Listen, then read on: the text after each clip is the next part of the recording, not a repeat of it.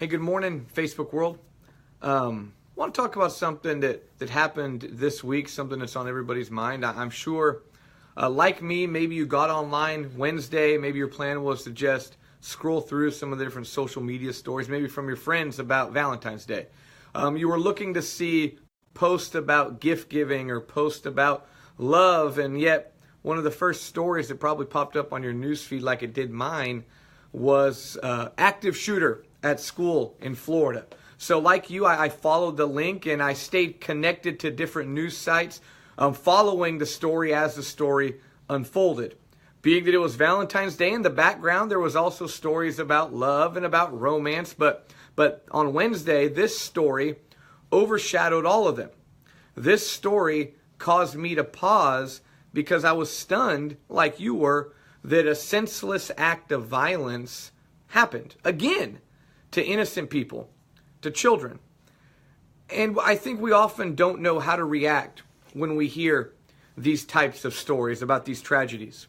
Some people get really angry, and I think that's good. I think rightly so, you should get angry. Some people turn to political activism and demand new legislation, and that's understandable. We want laws to protect us. Some people cope through this tragedy by studying maybe the psychology of shooters and why do they do this, or they look at statistics in an attempt to find answers. And I think all of us would like to find some answers about why are these things going on.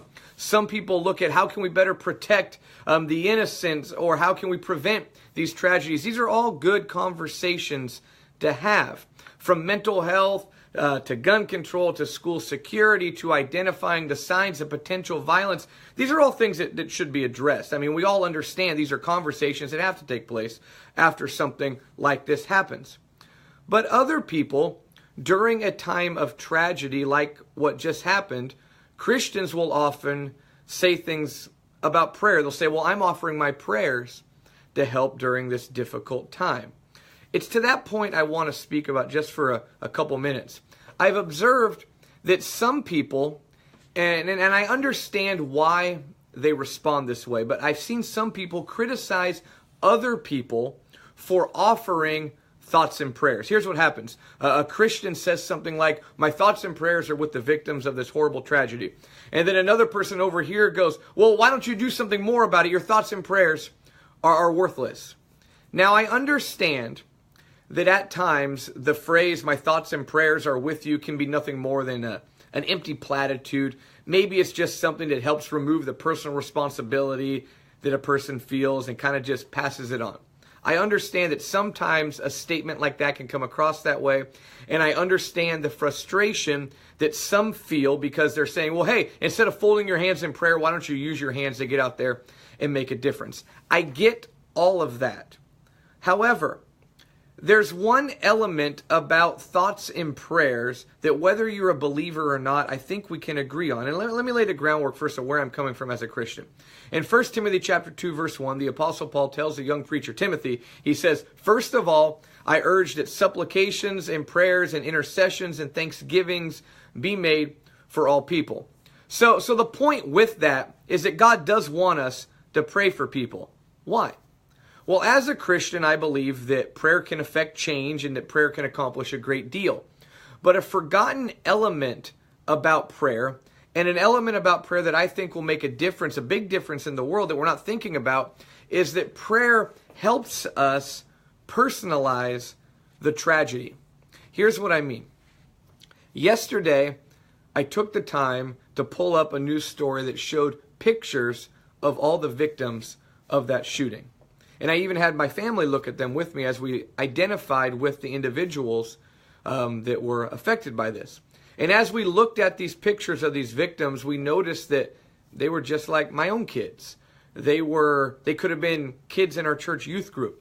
They could have been some of the kids that I coach at jiu-jitsu. They could have been part of my own family. They were just regular teens.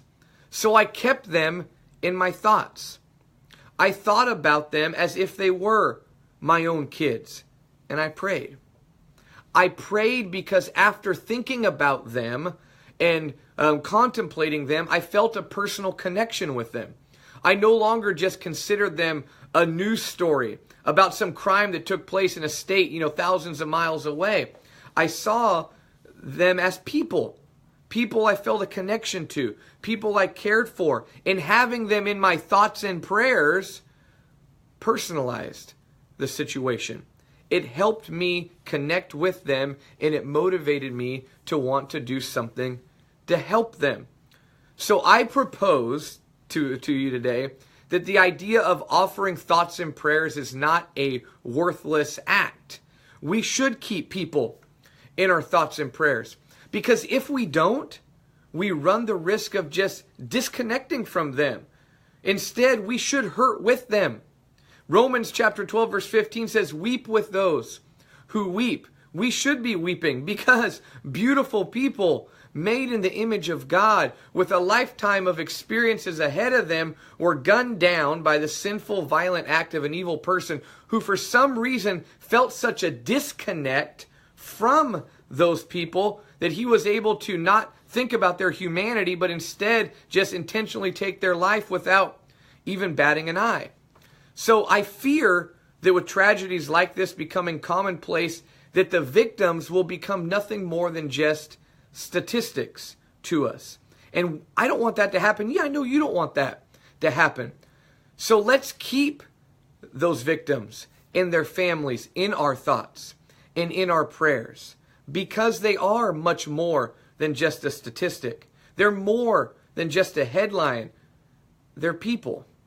They're sons, they're daughters, they're brothers, they're sisters. They're people like you and me that should not be ignored. They should be thought about. They should be prayed about. That's all the thoughts I had for today. Something to consider as you start your weekend. I know it's not a real happy kind of thought to have today, but I think it's important to consider the power of offering our thoughts and offering our prayers. There's power in that, and there's motivation in that, because I think it helps us create a personal connection with those that are suffering during a time of tragedy. Again, thanks for tuning in. Have a blessed day.